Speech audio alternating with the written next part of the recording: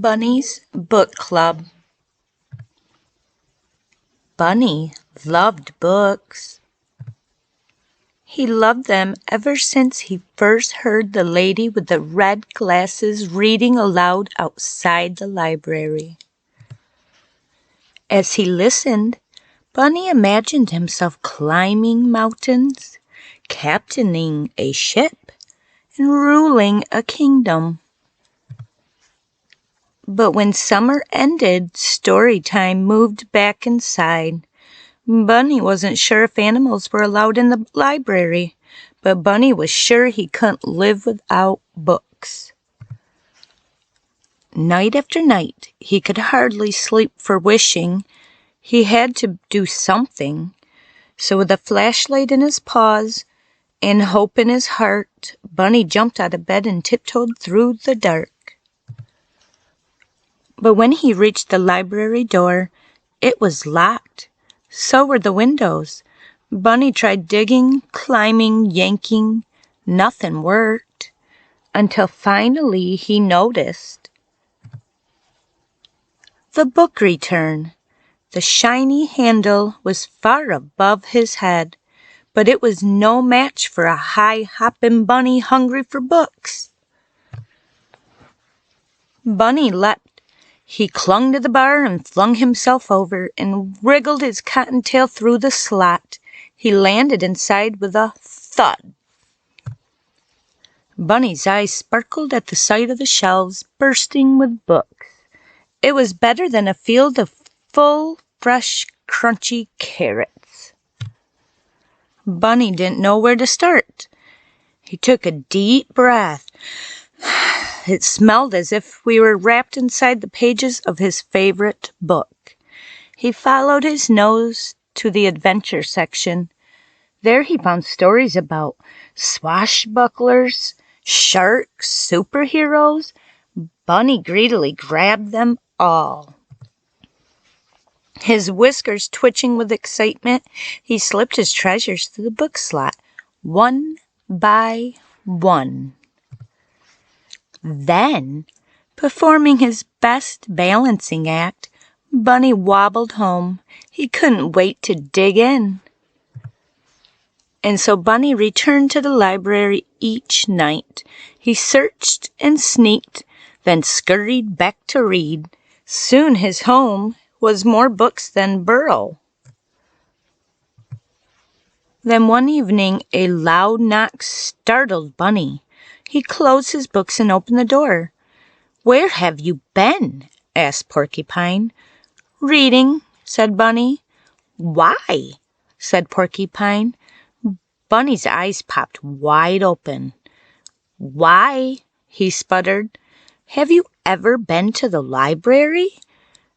It was time for Bunny to let Porcupine in on his secret. "Are you sure this is a good idea?" said Porcupine. "Calm your quills," said Bunny.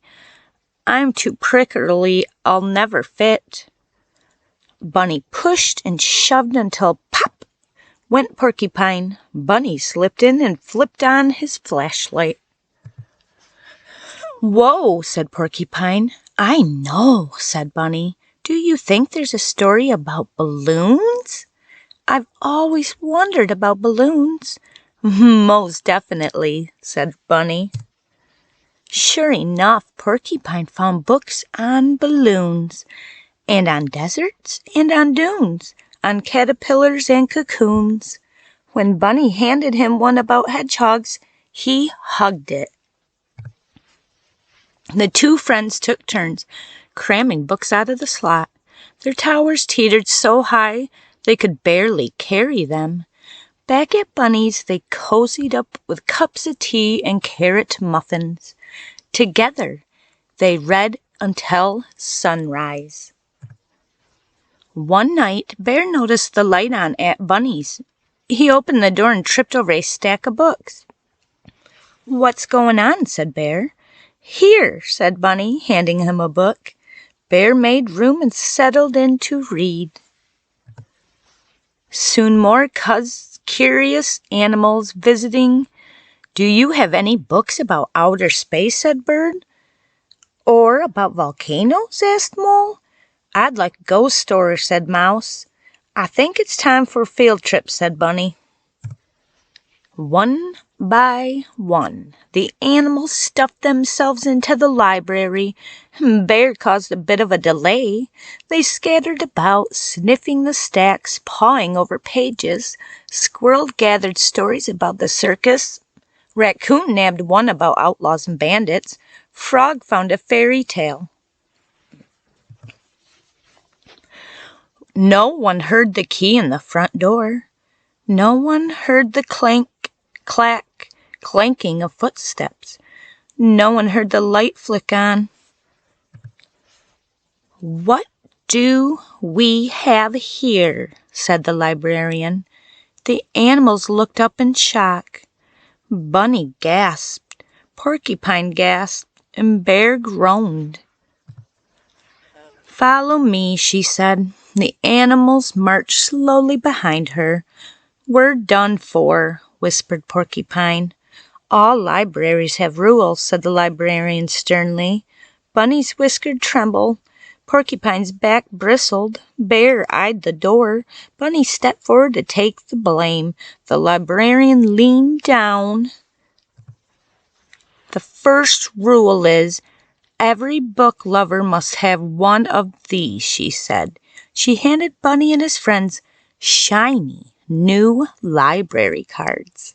Now you may borrow books, she said, smiling, as long as you return them, of course. Bunny couldn't believe his ears. They could keep coming to the library.